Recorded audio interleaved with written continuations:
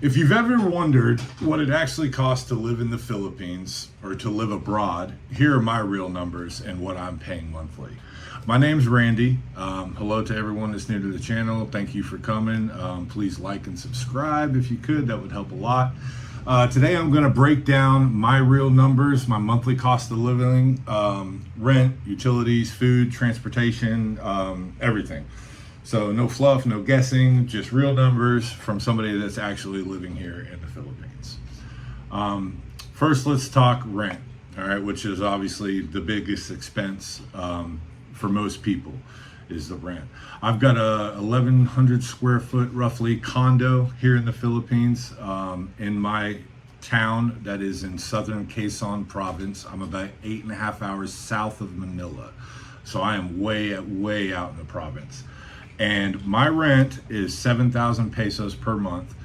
And at the current exchange rate, that is right around $118.30 USD. That's for a 2-bedroom, 2-bath condo.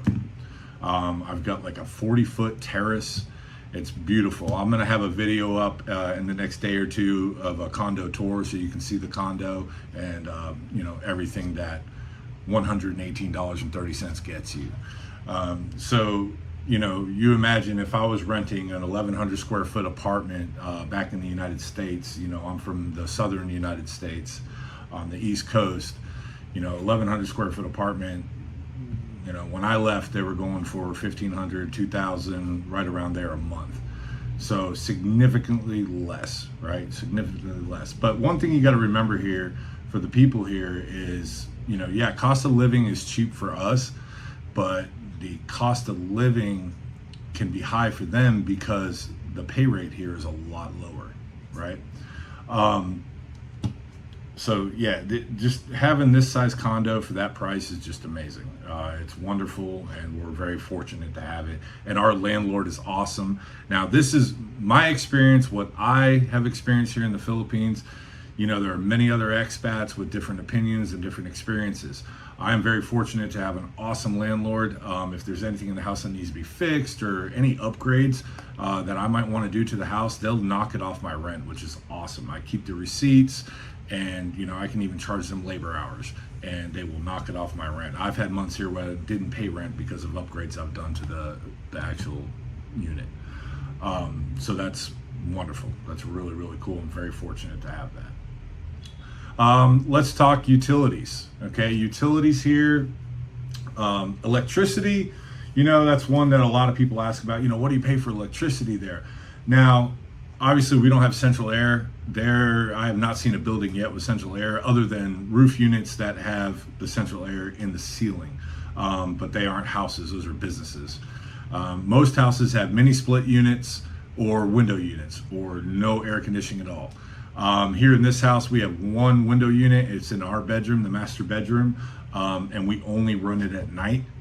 So a lot of my videos, you might see me hot and sweaty, and that's just, I sweat a lot anyway. I always have. I'm from the South. So, I'm used to the heat and humidity, but I'm a big guy. I'm 6'11", 275 pounds. I sweat, right? So electricity is all based on how you live, really. During the day, I'm the only one here. So I don't have lights on and stuff like that. But again, air conditioning gets run at night. Right now, on average, our power bill is usually around 5,000 to 5,500, 5,600 pesos, which comes out to about $95.60 roughly on average, which is pretty high. There's people here that have a lot lower electric bills. There's expats here that have electric bills that are a lot lower. One thing I will say about electricity here, there are what they call brownouts, which is a scheduled power outage we have once a month here, and it's usually a 12-hour outage. So I do tell people, invest in UPS backup for your computers and your internet, and invest in a small solar setup. I have a very small solar setup, but it works, for charging phones and running fans if we want to run a fan, things like that. I'm getting ready to upgrade it so we can run a refrigerator and, stuff that's a little bit bigger. Another thing that adds to my electric bill is I'm an aquarium hobbyist, so I have a lot of aquariums, so I've got pumps running and lights and stuff like that. Let's see, water. We have free water because we're on well. We also have city water, but my town here does not keep track of the city water hardly at all. We've been using city water in this unit for about 1.5 years and never received a bill. But we do have a well. We use the well a lot more.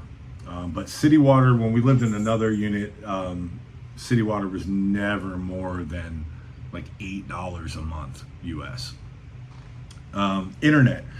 Internet monthly is 1,400 pesos a month.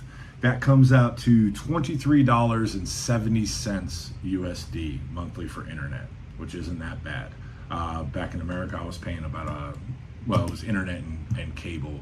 I was paying, I don't know, like $120, $130. I don't have TV here, which is fine. I don't miss it. I don't even own a TV here. I don't miss it at all. I'm fine with just having the internet. Cell phone. If you want to have data, you want to have what they call load here on your phone, you can buy it daily, you can buy it weekly, you can do it monthly, however you want. Weekly is actually not a bad breakdown. It's 120 pesos for 7 days of data, which comes out to 480 pesos a month, which comes out to $8.12 a month USD. If you want to have cell phone data. I buy data maybe once a month for just 7 days because I'm normally home and I have Wi-Fi, so I don't need the data. And when I'm out and about around town, I don't need it anyway. It's a very small town, and I walk everywhere I want to go, and I'm gone 15, 20 minutes, 30 minutes at max, so it doesn't really matter for me. Propane. We cook with propane and a propane tank, and it's a little larger than the standard like Blue Rhino tanks back in America. It's slightly larger. It lasts us about 3 months, and it's about 1,000 pesos, and that's like $16.91. So 3 months worth of cooking off the propane. Drinking water. Obviously, you can't drink the water in this country. They don't have the filtration systems that we do back in America, so you have to have drinking water. It gets delivered to our door. It comes in these 5-gallon jugs, roughly 5-gallon jugs with a little dispenser spout installed on them. Monthly drinking water, we're going, about 1,200 pesos a month is what I spend on drinking water, which comes out to $20.28. I think that's it for utilities. Yeah, that's going to be it for utilities. Let's move on to food. All right, this is the part that really shocks a lot of Americans is the food cost, especially right now in America. Food is insane in America right now. Fresh market prices are definitely on another level as far as being pretty cheap compared to America. Now, I say fresh market, and a lot of people like to comment when I talk about food I get from the fresh market. Oh, it's not fresh. First off, all the produce is fresh. All the fruit is fresh. The meat is 100% fresh if you get there nice and early in the morning on the days that they slaughter. Yes, be careful buying meat. Be careful buying meat from markets. I agree with that. Absolutely be careful. I have one meat vendor that I deal with. I trust him. He is a very clean food station. I know when he slaughters. I know when to buy meat, and he's honest with me, and he'll tell me, hey, not today. Don't buy today.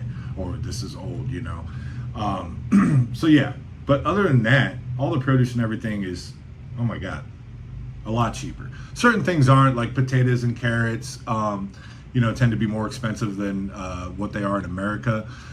But they have price fluctuations here, just like we do back home.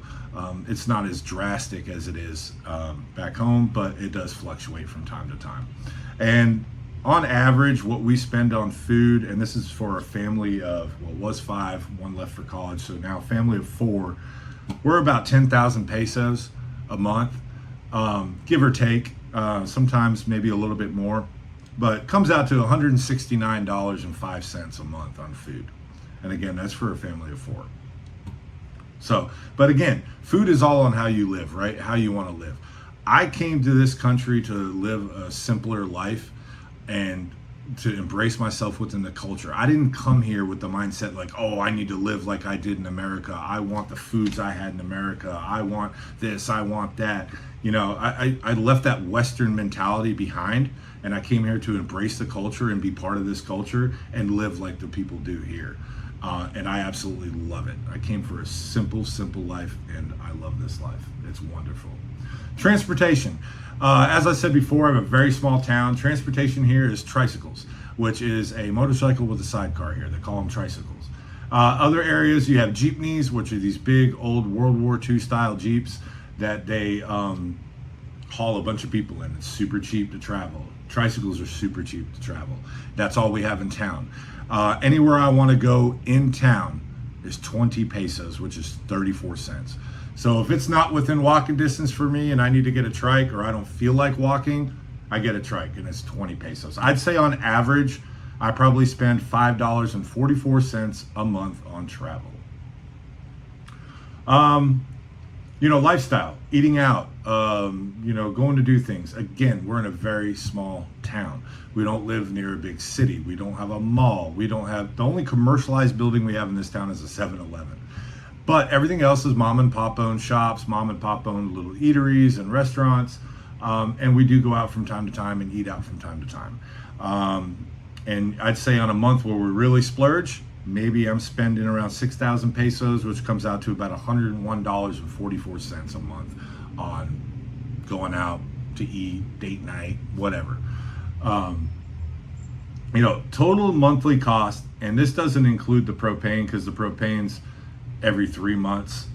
Total monthly cost comes out to $541.93 or 32,030 pesos. Now, 32,030 pesos is a lot of money here for Filipinos. That is a lot of money, okay? There are not many families here of 4 or 5 that spend that much monthly to survive. So keep that in mind. Us living and spending that much money here is like, whoa, that's a lot. I mean, 32,000 is more than most people's salaries in this town. So, you got to keep that in mind. I appreciate you guys watching. That's it on monthly expenses.